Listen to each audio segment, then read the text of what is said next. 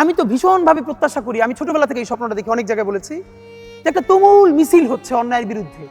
সেই মিছিলের সামনে আমি আছি, কোনো একটা বুলেট এসে আমার বুকটা হয়তো বিদ্ধ করে দিয়েছে, এবং সেই মিছিলে আমি হাসতে হাসতে আমি শহীদ হয়ে গেছি।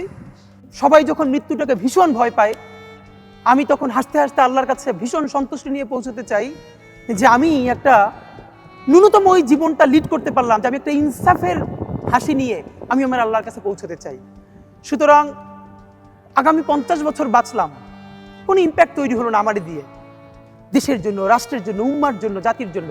কিন্তু আমি ধরেন 5 বছর বাঁচলাম, সেটার মধ্য দিয়ে যদি আগামী 50 বছরের ইম্প্যাক্ট তৈরি হয়, তাহলে অনেকদিন বেঁচে থাকায় কি সাফল্যের? বলেন।